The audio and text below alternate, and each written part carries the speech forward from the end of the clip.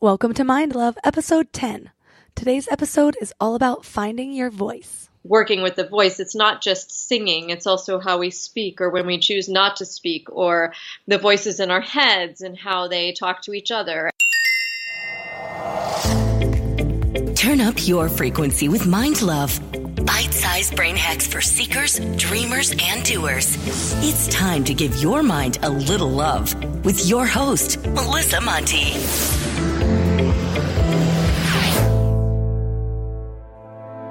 Hi friends, today's episode is about finding your voice.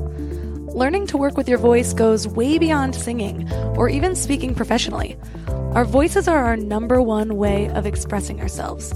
The way we carry our voices translates through how we carry ourselves, even in just casual conversation.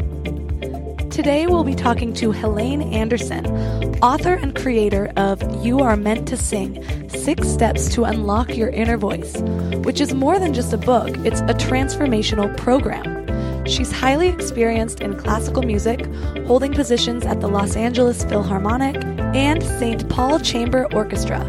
She's a trained sound healer, and she's now focused on creating workshops that facilitate deep healing and letting go through the voice. Because our voices are our primary method of self-expression, learning to use this tool can boost your confidence and even boost people's perceptions of you, even if you have no plans of using your voice professionally. So today, 3 key things you will learn are how to find your inner confidence with your voice, how to relieve tension and find moments of mindfulness using your voice, and a simple vocal technique you can try at home to help develop your voice for both singing and speaking. So let's get started. Welcome to the Mind Love Show, Helane. First off, congratulations on your book. And I want to start with a little bit about your background and inspiration for the book. Your book titled You Are Meant to Sing, 6 Steps to Unlock Your Inner Voice is based off of your personal journey with your voice. Can you tell us a little bit about that? I pretty much sang from the moment that I could. And the stories from my family were mostly, I think, them telling me to be quiet rather than encouraging me to sing more, because I think I would go up to strangers and sing to them often when I was younger. And voices develop at different stages for different people. And my mother was very critical and had convinced me that I had a child's voice and wouldn't develop as a singer. So I had carried around this sort of belief in my system, even though I kept singing and I sang in church choirs and I sang in performances and I did that. There was always this part of me that didn't always trust the singing element of my voice. And there was a part of my head that always was feeling like it wasn't quite good enough, or it wasn't perfect, or I had to practice more, or I had to do this. And so I got in sort of a mindset over time where I lost my ability to improvise with my voice. And so unless I saw something that was written on the page or I was mimicking a melody in a song on the radio, I could sing along and I could hear it and had a decent ear, even though I don't have perfect pitch. However, when it came to trying to harmonize with something or make up a melody, I was completely stifled. I couldn't nothing would come out. When did that start to change for you and lead you into the person that you are today? When I went to the Globe Institute, which is a sound healing training center in San Francisco, I went for a sound healing trainer in the summer of 2014, so now about 3.5 years ago. And something happened during that training that really unlocked something in my voice, literally. And all of a sudden, my ability to improvise just happened. It was almost like a flip switch. And it was an ability that I think was always there. I just didn't know how to access it. But it had a lot to do with the personal work that I was doing and just the healing in general, of being really authentic with everything in my voice. Because the way that I see working with the voice, it's not just singing, it's also how we speak or when we choose not to speak, or the voices in our heads and how they talk to each other, and really reconciling all of these various ways that our voice comes into play with daily life. And so now I feel like my voice other people's voices, I feel like, is really kind of my mission in this life, is to work with the voice on all those levels. Moms can be brutal sometimes, man.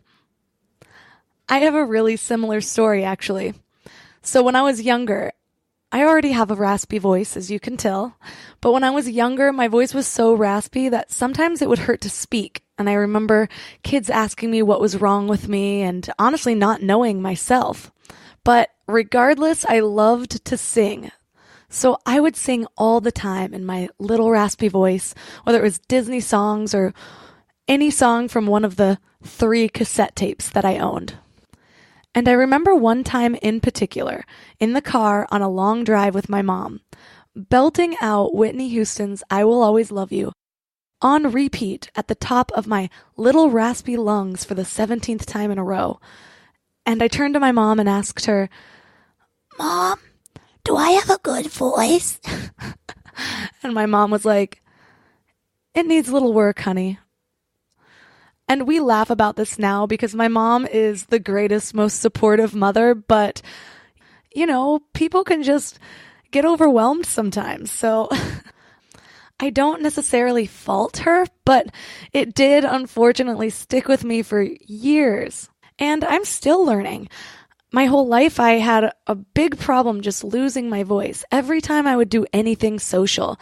And through training and actually a lot of YouTube videos on voice technique, I've figured out a different way of speaking. And now I love my voice. I think it's unique, and I actually get a lot of comments on it regarding this podcast. So what starts as a flaw ends up being a unique characteristic, I suppose. For sure. I mean, that's just part of the process, because I think that in general, I think people are becoming more aware now. However, I do think that there wasn't necessarily an awareness that when you say something like that to a child, that it's sticky. Like, it doesn't necessarily go away unless it's something that's addressed. Exactly. And as you said earlier, voices develop at different times, and it seems like a lot of people are deciding whether or not they're a good or bad singer when they're young, which is unfortunate.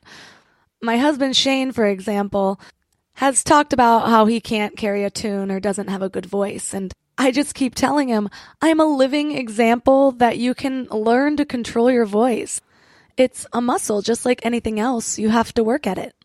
I really feel like, in terms of misconceptions with the voice, is the idea that you have to have a great voice in order to sing. And I think that that's very pervasive in the culture that we live in Western culture. However, if you look at indigenous cultures, everybody sings, and it has nothing to do with how good or beautiful or resonant somebody's voice is. Maybe for them to be a professional singer, that would, for sure, the quality of the instrument would determine whether or not someone could be a professional singer or do that as their main source of income. However, in terms of day-to-day singing and being, like I said, having a raspy voice, having whatever voice, the idea of our voices are meant to be used that way. They're meant to be an extension of who we are. So it feels very much like anybody should be able to sing. And what does that mean? It could mean many, many different things. It doesn't mean that they're going to get up on a stage and sing with a microphone. That's a really great point. And one interesting thing that got me out of my shell a little bit was the realization that there are people with raspier voices than me that actually are making a living with their voice or singing professionally. Think of people like Macy Gray or Stevie Nicks. Their voices are naturally raspy, and it just gives it character.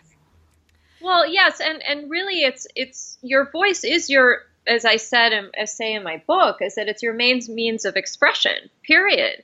So when you're singing, you can convey just as much emotion if your voice is raspy than if your voice is more operatic or if it is more Disney sounding. And some people, I know my voice can shift into different spaces, and not everybody's voice can do that, but that's okay. It's really about getting each person to work with their own energy that can be expressed through their voice. And of course, I use the example in my book, but I think of people like Bob Dylan or someone like him who maybe doesn't have the greatest singing voice. However, his voice conveys a lot of emotion and feeling, and people love listening to it for that reason. Really, it's about just accessing the truth. And when people are connected with that truth of who they are and what they're communicating, then you can be moved by the voice regardless of the quality of the instrument. So looking back, when you were younger, did you have a good voice, or was your mom just being overly critical? Well, that's an interesting question. My mother was she was not an easy person, I'll say. She struggled a lot in this life, and she was definitively overcritical. And I think when she started making those comments about my voice, it was when I was really young. So I was probably singing, and I might have been 8 or 9 or something, and singing through my nose like most 8 or 9-year-olds do. But she just didn't realize that if you don't come out with the pretty voices, like you think of the Charlotte Churches of the world, or that your voice doesn't develop. She just didn't have the knowledge. So she was going based on her conception of the prodigy syndrome, which happens in the classical music world a lot. So the answer to your question would be yes, overly critical. And I probably had a better voice than she realized I did. Because in high school it started developing, but it really started developing in my early 20s. When you were in that sound healing training, what were you doing when you experienced that breakthrough? Was it a moment or more of a process? It actually happened within a class. And there were 18 of us that were in the training at that time I was doing it. It was the first 2 weeks of the sound training. And we were doing an exercise where everybody was singing together, and something just happened. I don't know if I want to say like an energy, a connection to my higher self, to the divine, like however you want to define it. Like something just happened and clicked in that moment, and my voice just opened. And it was almost as if, the best way to describe it, the voice or what was happening with my voice was outside of myself. Yet it was inside and felt grounded in myself at the same time. And it had never happened to me before on that level. But then it took cultivation to do what I do now, because most of the singing I do now in my sound baths and otherwise is improvised. And now I just trust it so implicitly, I know that whatever is going to come out will come out. But it was a practice to fully trust it after that happened the first time. But it happened pretty fast. Once that moment happened, then it started happening very consistently. That story sounds so familiar to a story told by Josh Brill in episode 5, where we discussed how to use music to change your brain and states of consciousness, like boosting your moods or giving you more motivation. But same as you, he was in a college course, except he had actually kind of lost his mojo with music. And finally, when he let go and just picked up a guitar for fun, something ended up flowing through him and he was able to release. And he said it felt like a sort of divinity flowing through him. Do you see singing as a therapeutic practice? And if so, when do you use it? Absolutely, yes. The biggest thing for me with singing is actually joy. It's sharing joy with other people. And you know, I have a close friend who incidentally was the editor of my book. And she really hates opera. She just does not like opera at all. And so every time I see her, I always sing her name in an operatic way, just because it makes her laugh and it also slightly annoys her at the same time. So I use it as and you know, again, it's just a funny joke between her and I, but I feel like just in expression, it's a way of really infusing laughter and joy in daily life, of just breaking out in song whenever feels appropriate. Side note, it is pretty funny. I put her on the spot and asked her to sing Mind Love in an opera voice, and it's gold. I wish it were my ringtone. What, just to sing Mind Love? Oh, I don't know. That's sort of putting me on the spot now. So it's like, Mind Love. I don't know that. That's amazing. See, told you. There's just something about it. It makes me feel like royalty when people address me that way. In terms of the deeper healing of the voice, I will use it on myself when I'm trying to even heal something that's going on. If I'm not feeling well, if I need the energy space to move. When I'm in the sound baths, the singing is very much an integral part of all of the sound work that I do, because it very much feels like a channel of whatever the energy is in the space. And incidentally, I still do some classical singing here and there as well. And I've found that doing all the improvised singing I've done has actually improved my classical singing voice because of the letting go of the technical aspects of singing.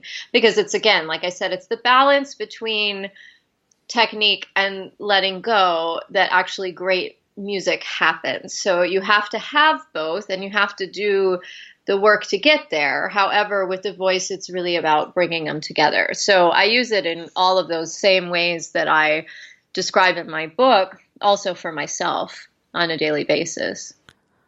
When you're using the voice to heal something or yourself, or you need the energy space to move, as you said, what are your steps to do that? Honestly, one of the things I really like to do is scream. Actually, like screaming into a towel so you don't scare people, or in your car when the windows are up. Like that, the car is a really good place for screaming. If I feel like super frustrated or like the energy needs to move, I find that practice to be super helpful. Because what it does is it's like an energetic way of just moving energy. And I don't mean screaming and necessarily is something that's like scary, which, I mean, that could be a reason that you would want to scream, but it's more like screaming in terms of moving the energy really pointedly out of your body so that you're not. Because what happens when you do body work and you do sound healing and stuff, a lot of times our emotional traumas, wounds, stress, anxiety, all that, it gets stuck in the body. And so with the voice, when you do something like you scream, it kind of ejects that energy from the system.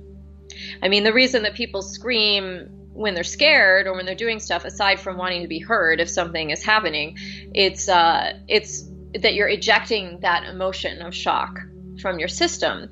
So if you can use that energy to push it out, that definitely can move energy really quickly. And sometimes it's hard for people because they don't want to access that energy necessarily. And one of the other things I do, honestly, if it's more calming, like if I really just want to enter to a really peaceful state, I'll actually just hum, or I'll sing like super softly, like, or I'll to myself, where it just kind of all of a sudden then the whole system starts to calm down. So it's really more like a cat sitting on you or something and purring.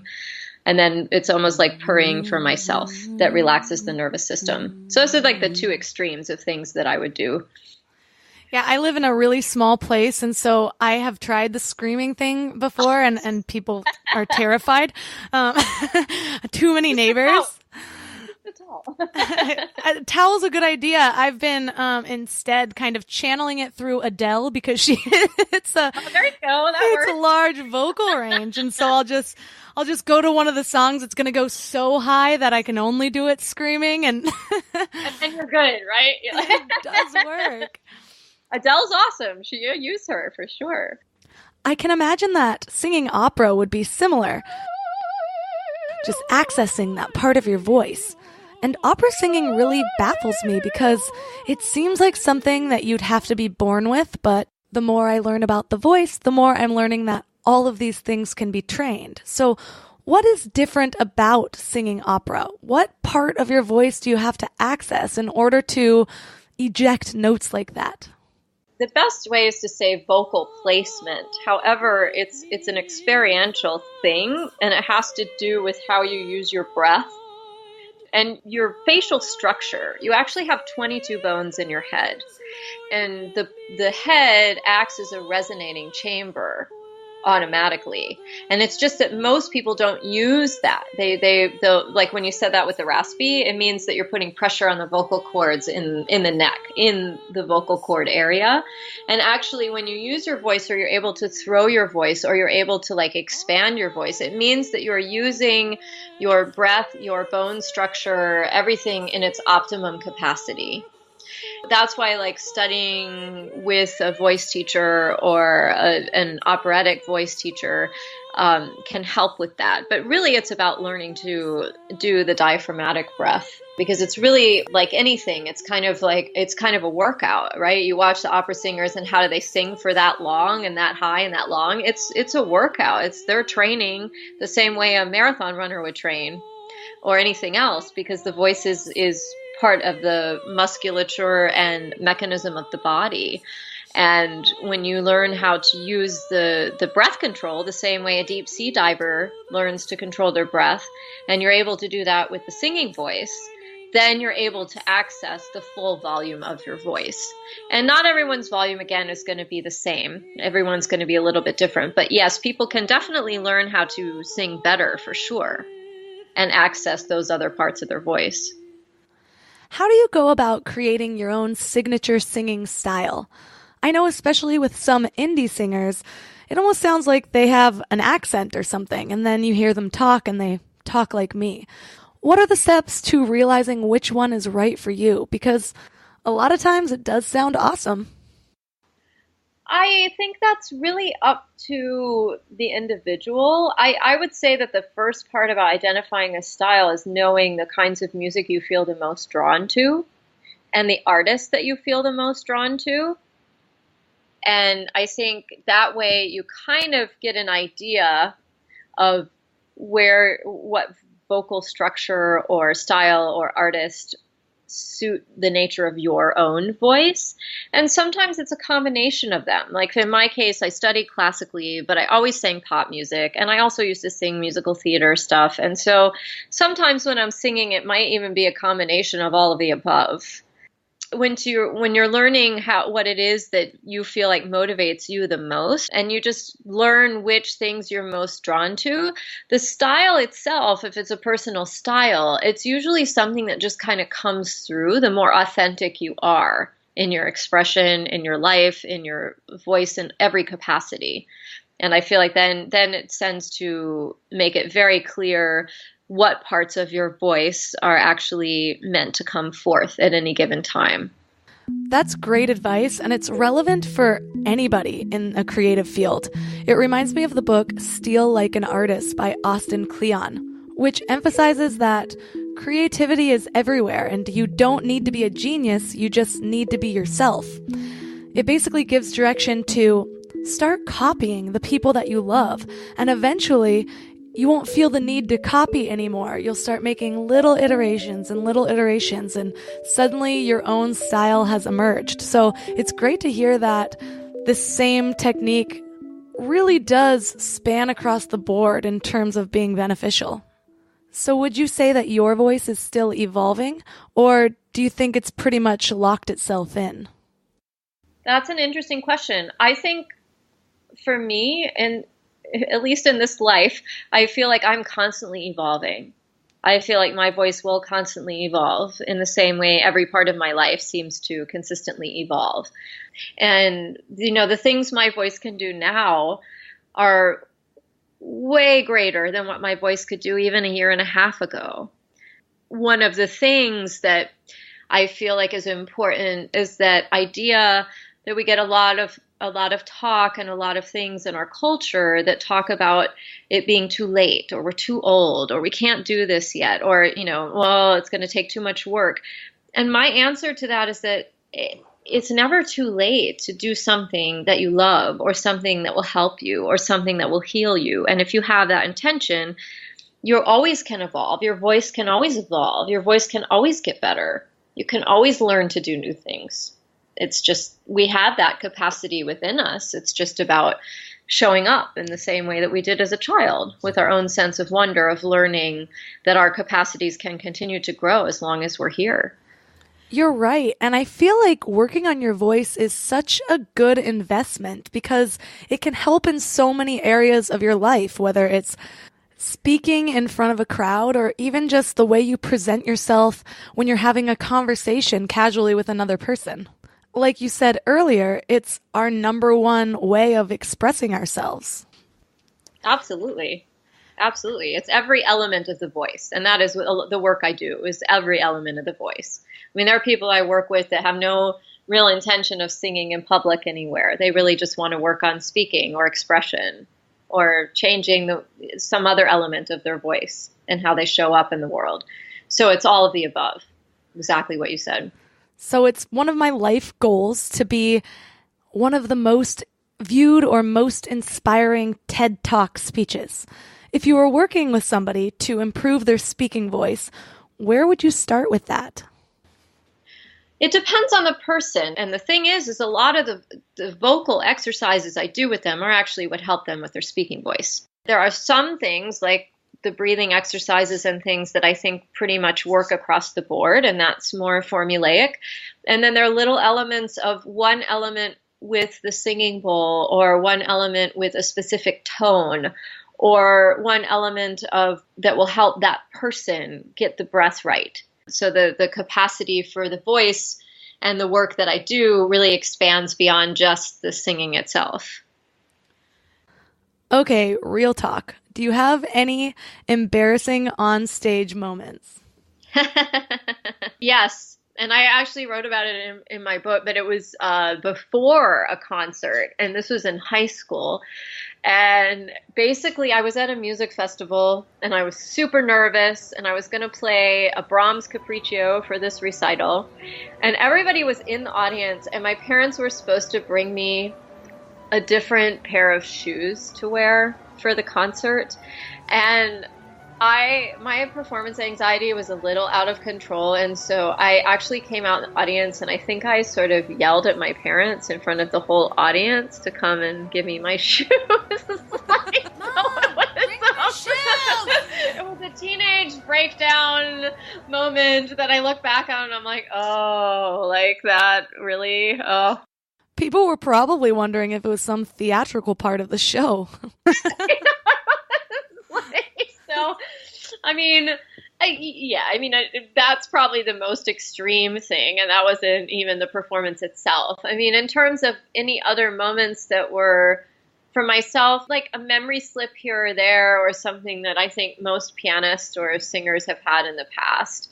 But mostly I think it was, if I had to say anything, it wasn't necessarily embarrassing. It was just that I think as I started doing the sound healing work, I realized how many performances I did where I wasn't in joy, where I was more scared about making a mistake than I was concerned about creating music that will translate into a joyful experience or a positive experience for the people in the audience, which is where I kind of come from now.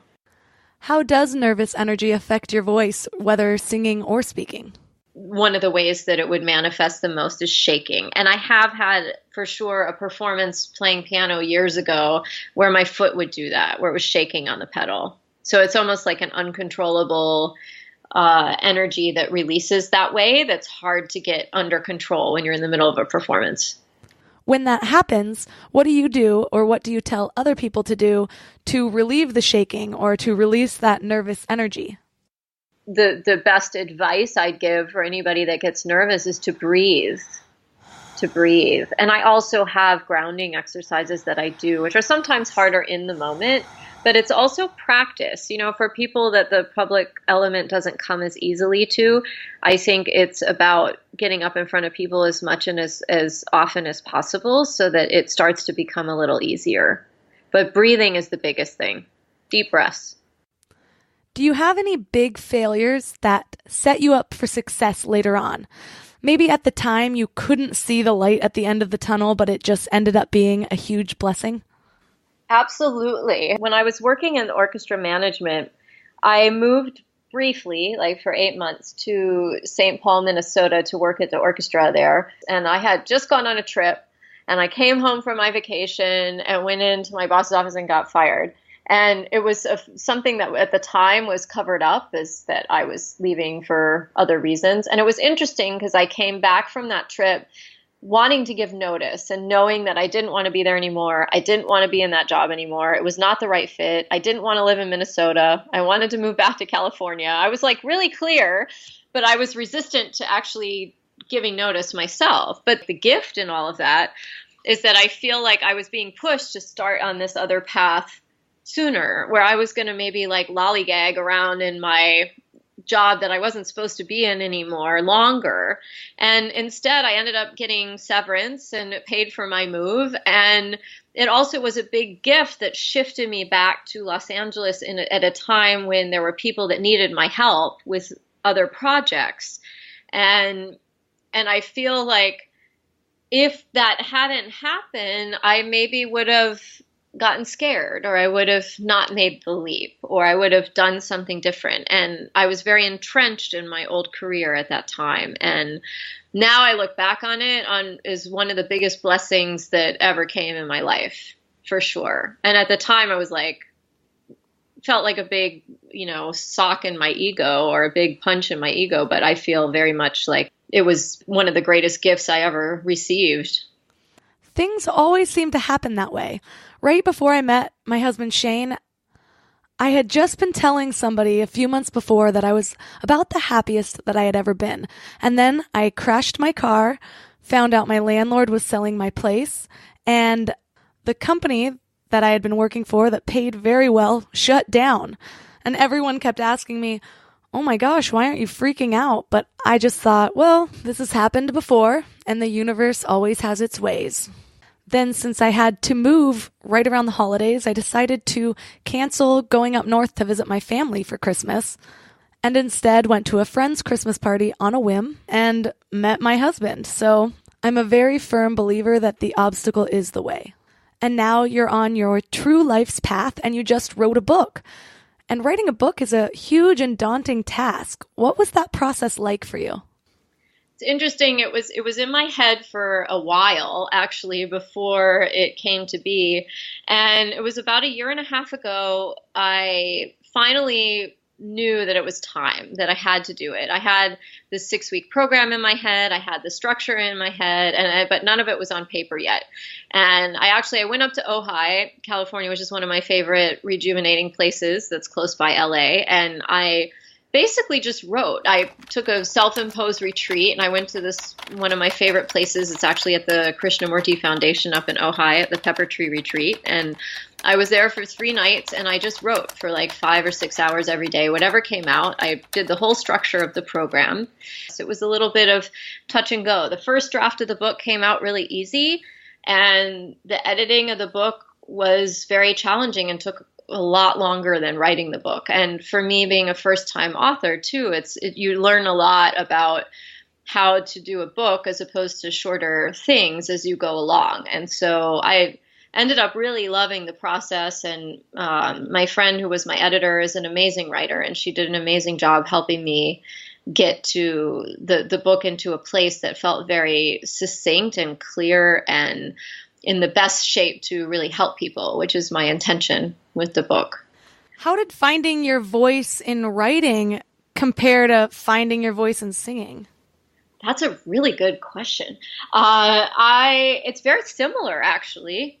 I think, I always wrote, and I used to do a lot more creative writing. I, journaled a lot. I write little blogs here or there, but writing a book is a very different undertaking. And I think in some ways it was also like super cathartic. However, when you're doing a book, the editing of it is very different, right? Because when I'm improvising music, when you go in and edit a recording, it's a different thing because the recording already exists as it is.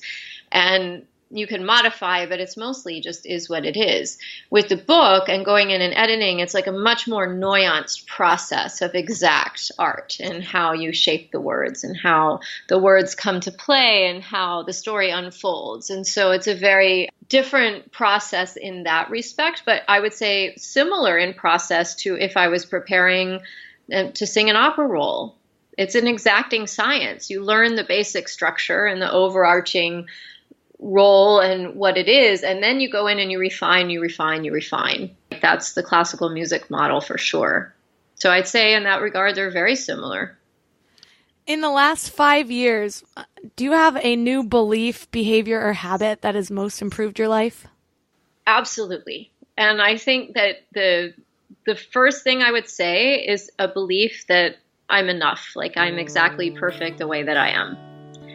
And I think I had a lot of life experience, my relationship with my mother, with friends, with people that were in my life. I think I reflected in a lot of those relationships the fact that I always felt inadequate, or I didn't feel like who I was okay, or that all of my different interests or the things that people perceived as being out there or weird or something, that I shouldn't share them with people, or I shouldn't be that person that's more unusual. And as soon as I really got to the point, which through all this healing was like, no, actually, I kind of like who I am, and I'm happy that I have all these other different interests and I'm able to do that. It shifted my focus, where I feel like I was very focused on the external world and external validation and looking for relationships, jobs, accomplishments to define who I was, rather than knowing who I was, and that everything else was just a reflection of knowing who I am as a person. Part of the work I do too is I feel like anyone that's in the healing transformation world and as a profession, in integrity should have gone through their own transformation, because it enables me to be able to hold that space for other people, because I know what the process is intimately. You mentioned that there are a few vocal exercises that are universal and helpful across the board. Can you lead us through one of those? The easiest one is really just to start with the Om, which most people have done in yoga class. But the thing about the Om is that it's actually 3 vowels. It's Ah, U, and Om. So when you're actually doing it, it would be Ah, Om, and then you have the hum at the end. So the Om is super grounding, but it also opens up the energy of the higher self. So if you sit in silence and you do the Om repeatedly for yourself, in any state, it brings the whole body and the mind into a very centered, meditative, peaceful state of being. Great. Thank you so much. We have a lot to work with. And for listeners who want to find more about you, where would you like them to go? I do a lot of public events in the Los Angeles area, but I'm hoping next year to be traveling a bit more elsewhere. And I have some workshops around my book. I do public sound baths pretty regularly, and my website is Sacral Sounds, SACRAL, Sacral Sounds. And anybody who reaches out to me, I'm happy to talk to them. And I do free 30-minute sessions for anyone that's interested in doing the program. Listeners, if you have not done a sound bath in your lifetime, you need to. It's like a magical experience where sound just resonates through your whole body, and you reach, or at least I've reached, deeper meditative states than I've ever been able to before. It's awesome. To find out more about Helane and to access any of the links mentioned in this episode, head to the show notes at mindlove.com/010 or mindlove.com/010. There, I'll not only be linking to her book, but some awesome YouTube videos that I found for you to start practicing taking control of your own voices at home. I hope you all liked this episode. As we said before, your voice is your primary form of self-expression, so learning how to use it properly can really unlock a lot of possibilities in your lives. If you loved this episode, please hit subscribe and leave a review. Reviews help us get more great guests like Helane. For any questions, feedback, or just to say hello, shoot me an email at melissa@mindlove.com. I read every email, comment, and review, and I absolutely love hearing from you guys. The longer this show goes on, the more emails I'm beginning to get, and it's so exciting. As always, thanks for giving your mind a little love today, and I'll see you next week. Thanks for tuning into Your Higher Frequency with Mind Love. Head to mindlove.com for a free gift to keep your vibes up until next week.